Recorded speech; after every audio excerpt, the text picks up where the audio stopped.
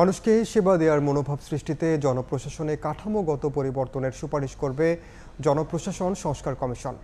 কমিটির প্রধান আব্দুল মুঈদ চৌধুরী জানিয়েছেন, চলতি মাসেই চূড়ান্ত সুপারিশপত্র জমা দেওয়া হবে। জনমুখী, দক্ষ ও নিরপেক্ষ জনপ্রশাসন গড়তে গঠিত জনপ্রশাসন সংস্কার কমিশনের 11তম বৈঠক শেষে তিনি একথা বলেন।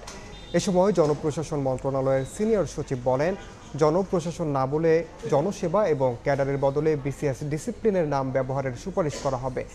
কমিশনের 11তম বৈঠক শেষে তারা একথা বলেন।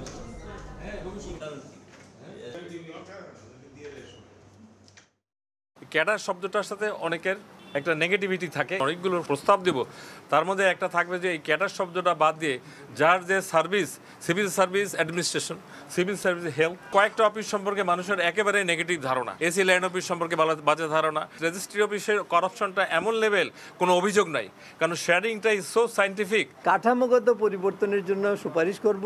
যে সংবিধানের সংস্কারের কথা বলা হচ্ছে, নির্বাচনের সংস্কারের কথা বলা হচ্ছে, এগুলো খুব গুরুত্বপূর্ণ। 3 মাস সময়ে এটা করা খুব কঠিন, তবু আমরা চেষ্টা করব সরকারের নির্দেশ মতো 3 মাসের মধ্যে এটা করতে আর কি।